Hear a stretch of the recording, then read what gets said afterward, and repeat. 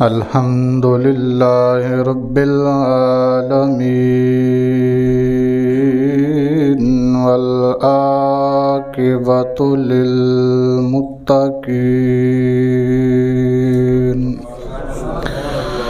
والصلاة والسلام علی من کان نبیا علی من کان نبیا وآدم بین الماء والطین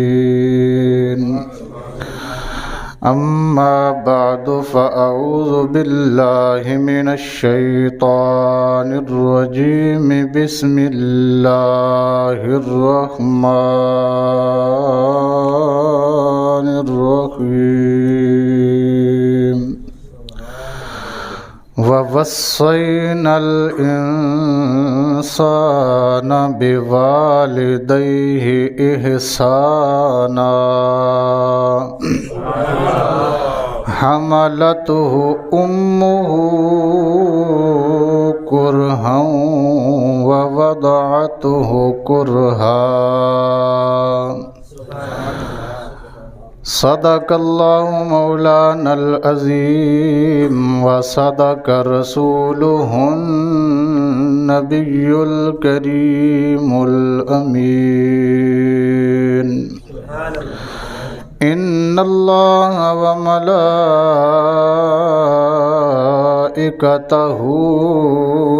یصلون علی النبی یا ایہا الذین آمنوا صلوا علیہ وسلموا تسلیما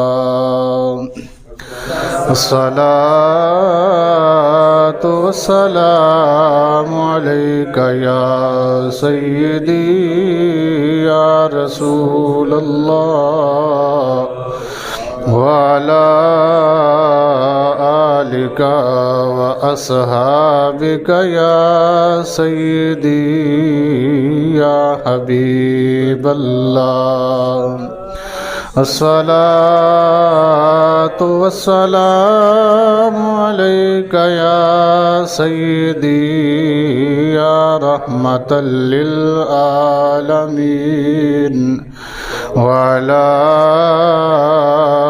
آلک واصحابک یا سیدی یا خاتم النبیین گود ماں دیہوے درسگاہ پہلی اتھوں زندگی دا نسب العین بندا ہے اتھوں داتا خواجہ فرید بن کے دکھی دلاں دے واسطے چین بندا ہے تے ماں شرم و حیا دی جے ہووے پہ کر پھر لال وی سخی حسین بندا ہے اللہ کریم کی حمد و ثنا حضور نبی اکرم شفیع معظم صلی اللہ علیہ وسلم کے دربار رسالت مآب میں ہدیہ درود و سلام عرض کرنے کے بعد انتہائی معزز و محتشم حاضرین و سامعین السلام علیکم ورحمۃ اللہ وبرکاتہ۔ رب لم یزل کی عطا کردہ توفیق اور اسی کی بخشی ہوئی عنایت سے قرآن مجید برہان رشید کا ایک جملہ تلاوت کرنے کا شرف حاصل کیا ہے۔ دعا فرمائیں میرا رب میری زبان پر کلمات حق جاری فرمائے، ہم سب کو سن کر سمجھ کر عمل کی سعادت عطا فرمائے۔ حضرات محترم، جو قرآنی جملے میں نے تلاوت کیے، اللہ کریم ارشاد فرماتا ہے وَوَصَّيْنَا الْإِنسَانَ، ہم نے انسان کو وصیت کی، ہم نے انسان کو وصیت کسے کہتے ہیں؟ وصیت اس لازمی حصے کو کہتے ہیں جس کا کرنا انتہائی ضروری ہو۔ مثال کے طور پر ایک باپ وصیت لکھتا ہے کہ میرے دنیا سے چلے جانے کے بعد میرا بیٹا فلاں کام کرے، تو اب وہ کام کرنا بیٹے کے اوپر کیا ہے؟ لازم ہے۔ اسی طرح کوئی ماں وصیت کرتی ہے کہ میں اگر دنیا سے چلی جاؤں تو میری بیٹی کا رشتہ فلاں بندے کے ساتھ کر دینا۔ بندے تو سارے ہی ایک جیسے ہیں، لیکن ماں کی وصیت کو اہمیت حاصل ہے، اسے کرنا بھی ضروری ہے۔ اسلام کے اندر وصیت کا جو حکم ہے یہ قرآن پاک میں موجود ہے۔ اللہ کریم نے ارشاد فرمایا کہ تم وصیت کیا کرو، اپنی اولادوں کو وصیت کیا کرو۔ یہی وجہ ہے کہ پہلے زمانے میں جتنے بھی افراد تھے جب دنیا سے جانے لگتے تو پہلے اپنا وصیت نامہ کیا کرتے تھے؟ تیار کرتے تھے۔ آج کل بھی وصیت نامے تو ہوتے ہیں مگر وہ ذاتی مفادات کے لیے ہوتے ہیں۔ وہاں اولاد کے کردار، ان کی سیرت اور ان کے انسان بننے کے جتنے بھی اسباق ہیں وہ سارے کے سارے کیا کر دیے گئے ہیں؟ حذف کر دیے گئے ہیں۔ آج کل صرف وصیت جب بھی کہیں نکلتی ہے بڑے لوگوں کی تو یہی ہوتی ہے کہ فلاں کوٹھی فلاں کو دی جائے، فلاں دکان فلاں کو دی جائے، اور فلاں جو بلڈنگ ہے وہ فلاں کے حوالے کر دی جائے، فلاں پارٹی جو ہے اس کا چیئرمین یہ ہوگا، اس کا صدر یہ ہوگا۔ اس طرح کی وصیتیں ہیں جو ذاتی مفادات کے لیے ہوتی ہیں۔ پہلی وصیتیں جتنی بھی ہیں اگر ہم صحابہ کرام رضوان اللہ تعالی علیہم اجمعین کی ذات والا صفات کی سیرت اور کردار کو دیکھیں تو وہاں ہمیں یہ بات پتہ چلتی ہے کہ صحابہ نے اپنی اولاد کی تربیت کے لیے وصیت کی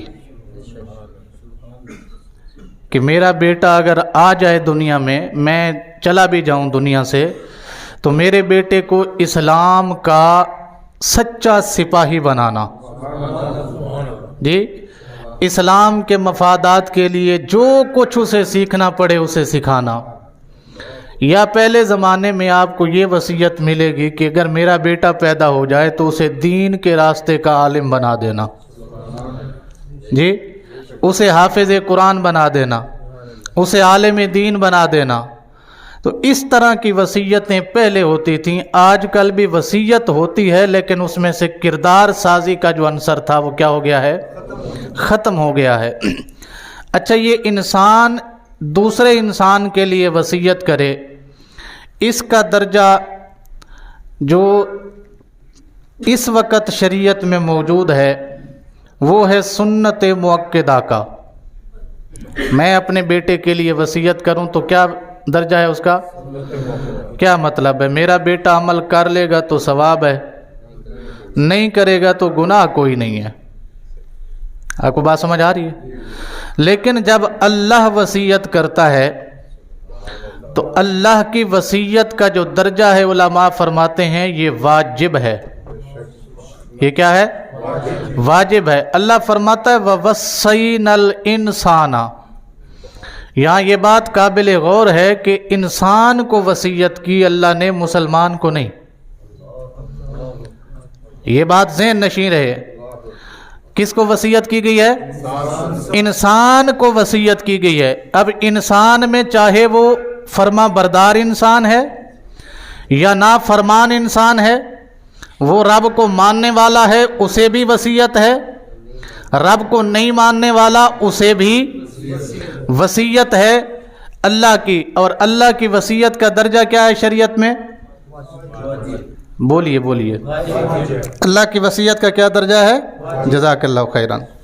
یہ واجب ہے، یعنی اس کے اوپر عمل کرنا واجب ہے۔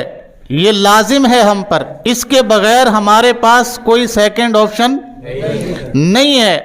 اللہ نے وصیت کی ہے انسان کو، کیا وصیت کی؟ بوالدیہ، بوالدیہ، اپنے ماں باپ کے لیے۔ اللہ نے انسان کو اپنے ماں باپ کے لیے وصیت کی، کیا؟ احسانا، ان کے ساتھ احسان کرنا ہے۔ ان کے ساتھ کیا کرنا ہے؟ احسان حسن سے بنائے، حسن حسنہ سے بنائے، اور حسنہ نیکی کو کہتے ہیں۔ احسان کسے بنائے؟ حسن سے۔ حسن کس سے بنا ہے؟ حسنہ سے۔ اور حسنہ کسے کہتے ہیں؟ نیکی کو۔ کیا مطلب؟ اللہ نے انسان کو یہ وصیت کی ہے کہ ماں باپ کے ساتھ جب بھی کرے نیکی کرے۔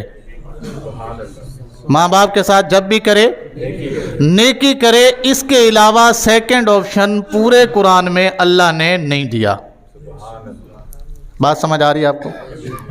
اب آئیے رسول اللہ صلی اللہ علیہ وسلم کے فرامین کو جب ہم پڑھتے ہیں تو ہمیں پتہ چلتا ہے کہ اللہ کے محبوب نے بھی وہی بات ارشاد فرمائی جو خالق کائنات نے ارشاد فرمائی، لیکن آپ نے ایک تخصیص فرمائی ہے، یہ ہے اختیار مصطفیٰ۔ یہ ہے، اب دیکھیے نا، خدا نے ہر انسان کو کہا کہ ماں باپ کے ساتھ جب بھی کرو، اونچی بولو، جب بھی کرو نیکی کرو، لیکن میرے کریم آقا صلی اللہ علیہ وسلم سے پوچھا گیا کہ ماں باپ کی اطاعت اور فرما برداری اور ان کے ساتھ یہ جو نیکی کا معاملہ ہے یہ کب تک کیا جانا چاہیے؟ اس کی کوئی حد بھی ہے؟ فرمایا ہے اس کی حد، اونچی بولو، اس کی حد ہے۔ کب تک؟ جب تک تمہارے ماں باپ تمہیں اللہ اور اس کے رسول کے مقابلے میں نہ کھڑا کریں۔ بات سمجھ آئی؟ نہیں آئی؟ میں سمجھاتا ہوں اس کو۔ کیا مطلب ہے جی؟ باپ نے کہا جی فلاں کام کرو، یہ باپ کا حکم ہے، اور مجھے اللہ ارشاد فرماتا ہے کہ میں اپنے والد کے ساتھ کیا کروں؟ نیکی۔ یہی ہے کہ جو انہوں نے حکم دیا ہے اس کا میں مانوں، ٹھیک ہے جی، اس کے اوپر میں عمل کروں۔ میری والدہ محترمہ نے مجھے کہا کہ فلاں کام کرو، اب نیکی یہی ہے کہ میں اس کام کو کروں، لیکن یہ سننے کے بعد مجھے اللہ نے انسان بنایا ہے، میرے اندر عقل سلیم رکھی ہے، میں اس حکم کو دیکھوں گا کہ وہ حکم کہیں اللہ کے حکم کے مقابلے میں تو نہیں آیا۔ نہیں سمجھ آئی آپ کو؟ وہ حکم جو دیا جا رہا ہے وہ کہیں رسول اللہ صلی اللہ علیہ وسلم کے مقابلے میں تو نہیں آیا۔ اب میں اس کی ایک مثال دیتا ہوں آپ کو، حدیث پاک میں موجود ہے۔ ایک صحابی ہیں، غالباً ان کا نام مصعب بن عمیر ہے رضی اللہ تعالی عنہ۔ یہ جب اسلام لائے تو ان کی والدہ ان سے خفا تھیں، ان کے والدہ محترمہ ان سے خفا تھیں، ناراض تھیں کہ تم اسلام کو چھوڑ دو۔ اب اللہ بھی یہی حکم فرماتا ہے کہ والدین کے ساتھ نیکی کرو، لیکن والدہ محترمہ اللہ اور اس کے رسول سے روک رہی تھیں۔ اب وہ آئے سرکار دو عالم صلی اللہ علیہ وسلم کی خدمت اقدس میں حاضر ہوئے اور عرض کیا، یا رسول اللہ کلمہ میں پڑھ چکا ہوں، دلی طور پہ اطمینان میں ہوں، سکون میں ہوں کہ میں اللہ اور اس کے رسول کے کھاتے لگ گیا، یہ مجھے تسلی ہے، لیکن ایک دکھ ہے کہ میں ماں باپ کی نافرمانی کر رہا ہوں۔ دکھ کس بات کا ہے کہ میں، آپ فرماتے ہیں کہ ماں باپ کے ساتھ حسن سلوک کرو، نافرمانی، تو آپ نے فرمایا نافرمانی اس وقت تک نہیں کرنی چاہیے جب تک وہ تمہیں اللہ اور اس کے رسول سے نہ روکیں،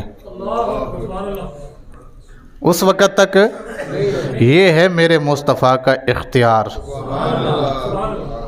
بھئی ماں باپ اگر تمہیں اللہ اور اس کے رسول کے حکم سے نہیں روکتے تو پھر ان کا کہنا ماننا لازم ہے، لیکن اگر وہ تمہیں اللہ اور اس کے رسول سے روک دیں تو پھر نہیں۔ پھر کیا مطلب؟ پھر ہم ماں باپ کا نافرمان بننا پسند کریں گے، اللہ اور اس کے رسول کا نافرمان بننا پسند بات سمجھ آئی آپ کو؟ اب جب یہ اسلام لے آئے، والدہ محترمہ منع کرتی رہیں، والد محترم منع کرتے رہے، نہ رکے، ان کے بارے میں آتا ہے کہ یہ 3000 درہم کا ایک سوٹ صبح الگ شام کو الگ پہنتے تھے۔ آج کے دور میں بھی درہم کم از کم 70-75 روپے کا ہے، حساب کریں جناب 3000 درہم کتنے بنتے ہیں اس مالیت کا سوٹ۔ اور پھر جو خوشبو استعمال کرتے تھے مدینہ میں، ان جیسی خوشبو اور کسی کے پاس نہ ہوتی تھی، یہ بڑے رئیس کبیر تھے۔ تو جب ماں باپ تنگ آ گئے، ان کو سمجھا کے اور یہ نہ مانے، تو انہوں نے کہا جی پھر آپ ہمارے کپڑے بھی ہمیں واپس کر دیجئے، یہ جو جوتے، یہ جو شہنشاہٹ، یہ جو ٹھاٹ باٹ ہم نے تمہیں دے رکھا ہے، یہ ہمیں واپس کر دیجئے، تم جاؤ اپنے اسلام کے پاس، جس کو تم پیارا سمجھتے ہو نا، یہ سارا کچھ تو ہمارا ہے نا۔ اگر آج ہم جیسا کوئی بندہ ہوتا اور ہم سے یہ شہنشاہٹ چھینی جا رہی ہو، ہیں جی، یا تو ماں پیو کہ جناب تسی مولوی بننا ہے، اے ایتھے رکھ دیو، جاؤ بن لو، تو ساڑی چوائس یہی ہوگی نہیں یار، اے نہیں کرنا چاہیے، اے نہیں کرنا چاہیے۔ لیکن وہ صحابی تھے، انہوں نے رسول اللہ صلی اللہ علیہ وسلم کے چہرہ اقدس کو دیکھا تھا، سرکار سے پڑھا تھا، سرکار کی تعلیمات سے واقف تھے، تو کیا کیا؟ کپڑے اتارے، جوتے اتارے، خوشبو اتاری، سارا کچھ اپنے ماں باپ کے حوالے کر کے کہا تمہیں یہ کپڑے مبارک، ہمیں رسول اللہ کا دین مبارک۔ اللہ اکبر، یا رسول اللہ صلی اللہ علیہ وسلم، یا علی۔ اب جب اس شان سے یہ آئے، آپ کو پتہ ہے جب یہ دنیا سے گئے تو کیا صورتحال تھی؟ یہ وہ شخصیت ہیں جنہیں مصطفیٰ کریم دیکھ کے روئے، دیکھ کے روئے آپ صلی اللہ علیہ وسلم۔ صحابہ نے پوچھا یا رسول اللہ رونے کی وجہ؟ فرمایا یہ جو سامنے بندہ جا رہا ہے اسے جانتے ہو؟ تم نے اس کا ماضی نہیں دیکھا، تم نے اس کا ماضی نہیں دیکھا، اگر تم اس کا ماضی دیکھتے تو عرب کی ساری خواتین اس کے راستے پہ کھڑی ہوتی تھیں اس کی ایک جھلک دیکھنے کے لیے، اور آج یہ اس حالت میں ہے کہ جسم پر کپڑے بھی پورے نہیں ہیں۔ یہ میرے اسلام کے لیے سب کچھ چھوڑ کے آیا ہے، یہ میرے اسلام کے لیے، یہ میرے لیے، میرے دین کے لیے اور میرے رب کے لیے سارا کچھ کیا کر آیا ہے؟ چھوڑ کر آیا ہے۔ تمہیں اندازہ ہی نہیں ہے میرا رب اسے کتنا دینے والا ہے، تم نہیں جانتے کہ میرا رب اسے کتنا نوازنے والا ہے۔ یہی مصعب بن عمیر جب دنیا سے جاتے ہیں غزوہ احد میں، تو دفن کرنے کے لیے وہی چادر جو انہوں نے باندھی ہوئی تھی وہ کفن بنتی ہے۔ صورتحال یہ ہے کہ چادر بھی اتنی چھوٹی کہ سر ڈھانپتے ہیں تو پاؤں ننگے، پاؤں ڈھانپتے ہیں تو سر ننگے ہوتے ہیں۔ تو رسول اللہ صلی اللہ علیہ وسلم کو بتایا گیا، فرمایا چہرہ چھپا دو، پاؤں کے اوپر گھاس ڈال دو، ظاہری طور پہ تمہیں یہ کفن دیا ہے تم نے، اگلا کفن اسے خدا خود پہنائے گا، اگلا کفن اسے میرا رب خود پہنائے گا، اگلا لباس اسے میرا رب خود پہنائے گا۔ جی اس شان کے جب بندے ہوتے ہیں نا جی، اس معیار کا بندہ بننے کے لیے ہمیں یہی کہا گیا نا کہ ستاروں کی مانند ہیں صحابہ۔ صحابہ کس کی مانند ہیں؟ ستاروں کی مانند ہیں، جس کے پیچھے چل پڑو گے ہدایت تک تمہیں لے جائیں گے، ہدایت تک تمہیں لے جائیں گے۔ پر ہمارا مسئلہ اور ہے، ہمارے آج کل آئیڈیل ہو گئے ہیں فلمی سٹار، ہمارے آئیڈیل ہو گئے ہیں ڈرامہ نگار، ہمارے آئیڈیل ہو گئے ہیں جناب کرکٹ کھیلنے والے، ہمارے آئیڈیل ہو گئے ہیں جناب ہاکی کے پلیئر۔ تو جب ہم نے ان کو اپنا سٹار مانا ہے پھر کردار بھی گندا، پھر کردار بھی گندا، سیرت بھی گندی، گفتار بھی گندا ہو گیا، اور یہ ماحول اتنا گندا ہو گیا کہ اب انسان اس میں خود گھٹن محسوس کر رہا ہے۔ لیکن زندگی وہیں ہے، زندگی وہیں ہے، کہاں؟ مصطفیٰ کے قدموں میں۔ زندگی نام ہے تیرے گلی میں آنے جانے کا، زندگی، ویسے وہاں پہ جو لفظ شاعر نے استعمال کیا تھا وہ تھا عبادت نام ہے تیری گلی میں آنے جانے کا۔ کیا کہتا ہے؟ عبادت نام ہے تیری گلی میں آنے جانے کا، اور نظر چہرے پہ تیرے رہے عبادت اس کو کہتے ہیں۔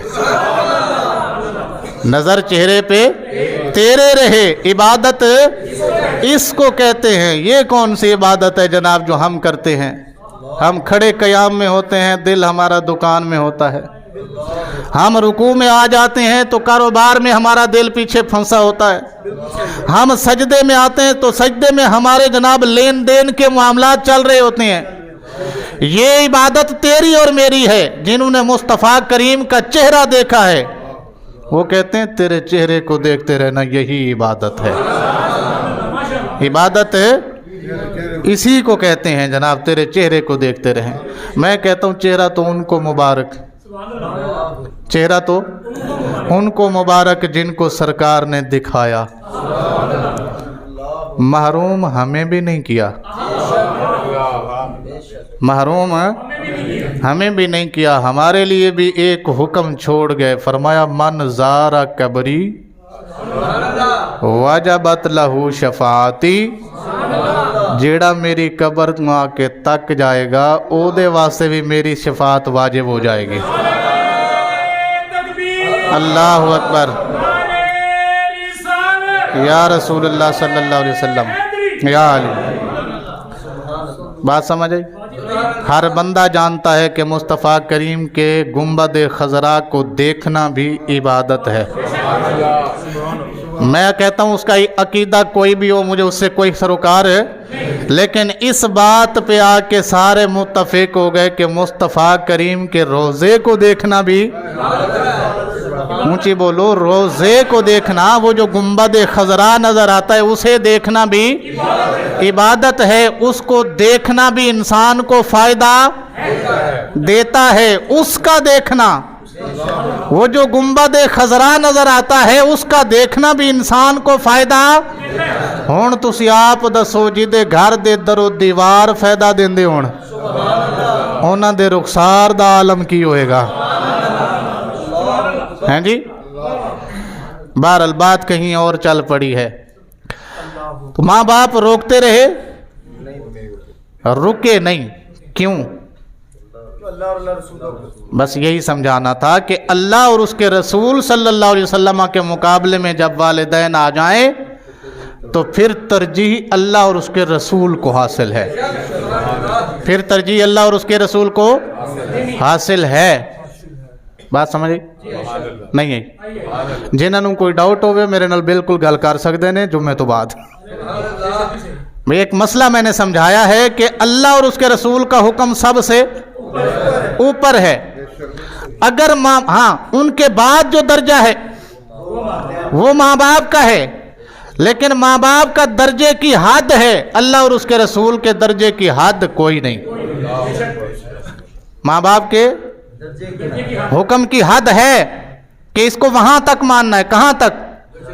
جب تک یہ حکم اللہ اور اس کے رسول کے حکم کے مقابلے میں نہ ہو تب تک ہمیں ماننا لازم ہے، تب تک ماننا لازم ہے۔ ایک عقل مند فرما بردار بیٹے کے اوپر یہ بات لازم ہے کہ وہ اپنی ماں باپ کی ہر بات کو مانے، ہر بات وہ جو اللہ اور اس کے رسول کے حکم کے مقابلے میں۔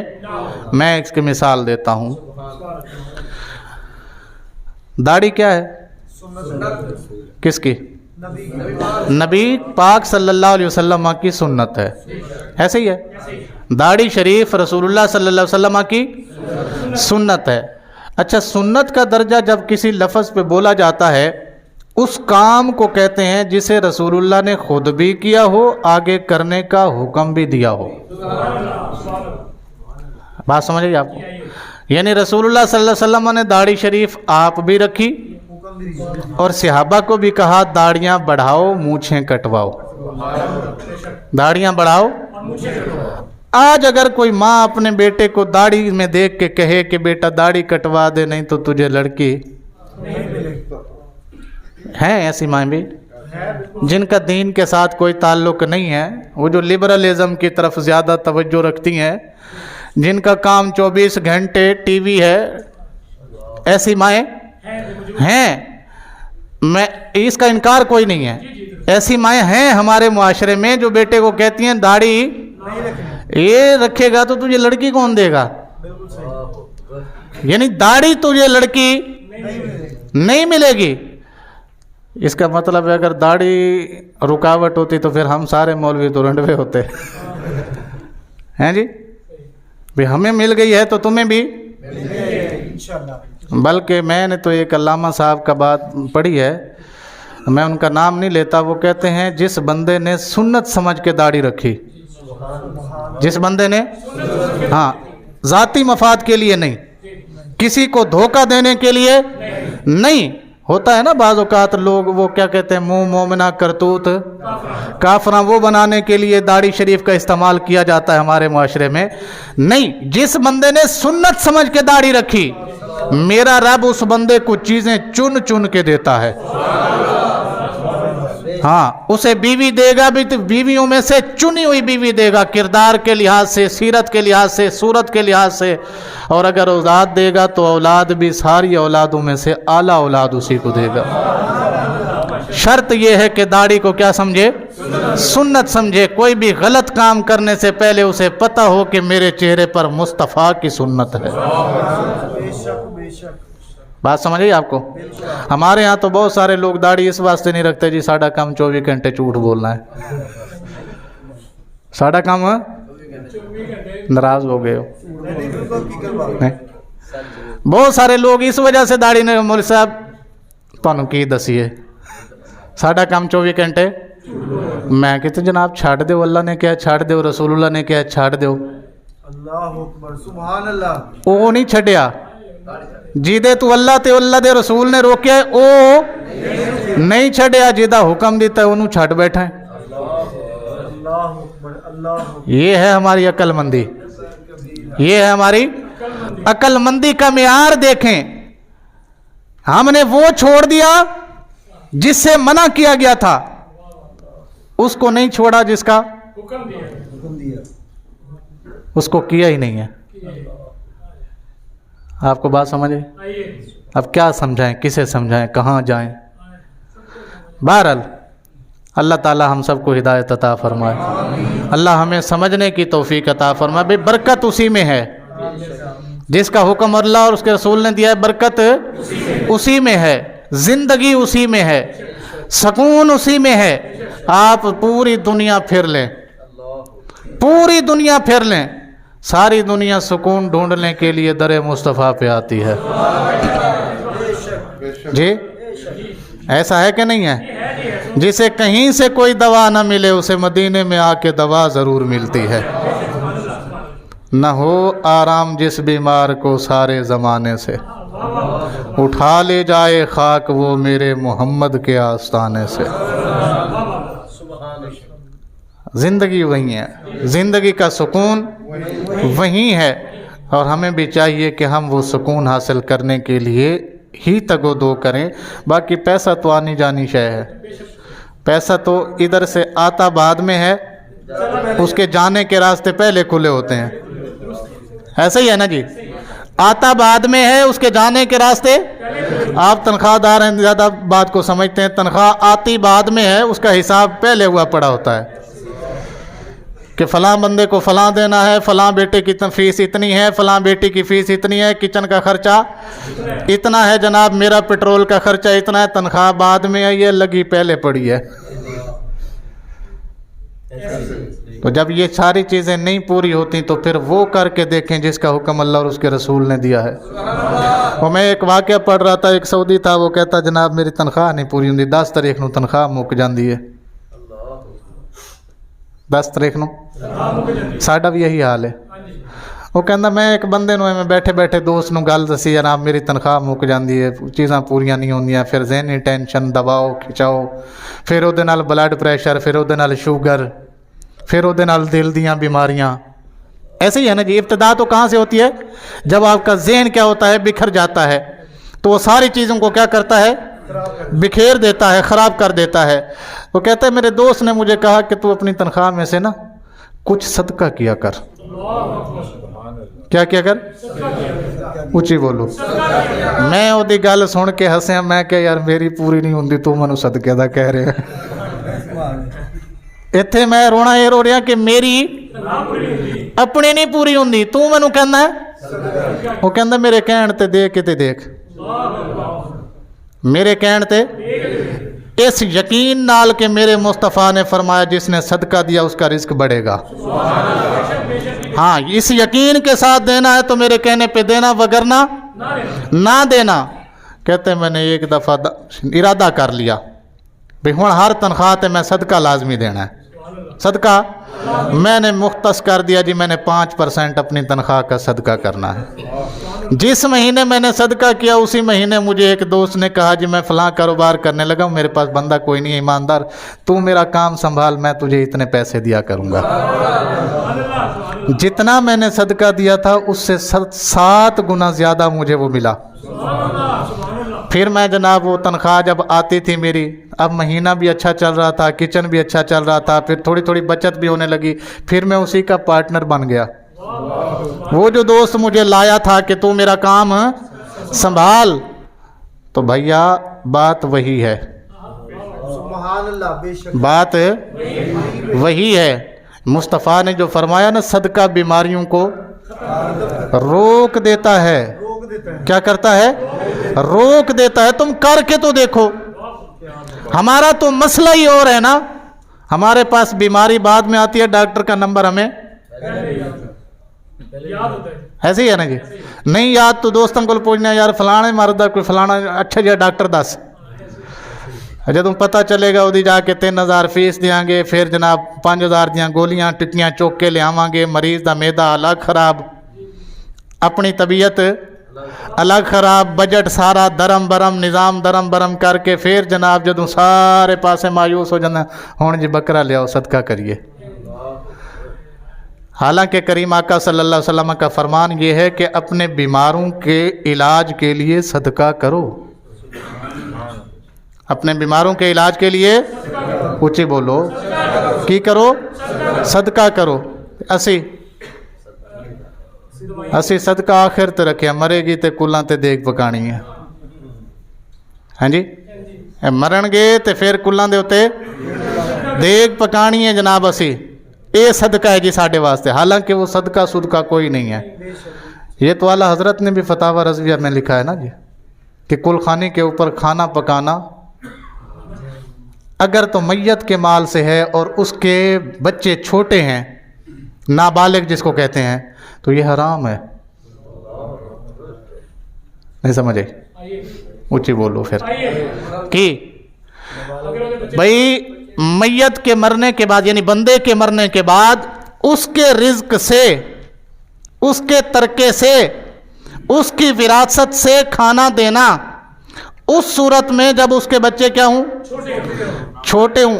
اچھا 5 بچے ہیں اس کے, 3 بڑے ہیں شادی شدہ ہیں, 1 نابالغ ہے, تو فرماتے ہیں بالغ کو حق ہے اپنے حق میں سے کر سکتا ہے, نابالغ اجازت بھی دے تو حرام ہے. علامہ صاحب آپ تو تشریف فرمائے, آپ دیکھتے ہیں, جانتے ہیں, سمجھتے ہیں اس بات کو کہ بالغ کو اجازت ہے وہ جو چاہے اپنے ترکے کے ساتھ کرے, لیکن نابالغ نے اگر اجازت بھی دے دی تب بھی حرام ہے. تب بھی اونچی بولو, تب بھی وجہ بھئی وہ اجازت دے رہا ہے. فرمایا وجہ یہ ہے کہ رسول اللہ نے فرمایا نابالغ کے رزق میں کسی کو تصرف کرنے کا حق حاصل نہیں ہے.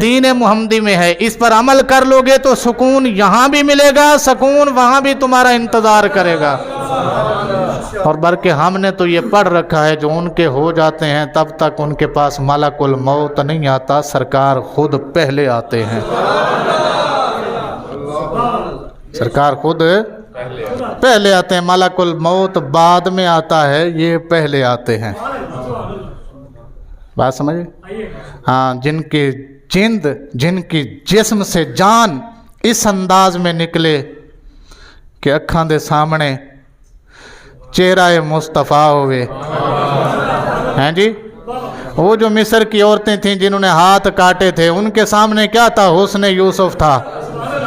ان کے سامنے کیا تھا؟ حسن یوسف تھا. تو ان کو پتہ نہ چلا، ہاتھ کٹ گئے. ہاتھ، قرآن کہتا ہے فَقَطَّعْنَهُنَّ أَيْدِيَهُنَّ، ہاتھ کٹ گئے. ہاں جی، یہ بات جو بعض لوگوں نے ترجمہ کیا نا، انگلیاں کٹ گئیں.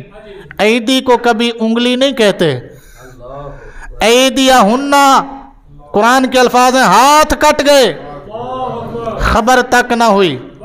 سامنے حسن یوسف ہو تو ہاتھ کٹے خبر نہیں ہوتی، سامنے چہرہ مصطفیٰ آ جائے روح چلی جائے خبر نہیں ہوتی. اللہ اکبر. یا رسول اللہ، یا علی. اللہ کریم سانو عمل دی توفیق عطا فرماوے.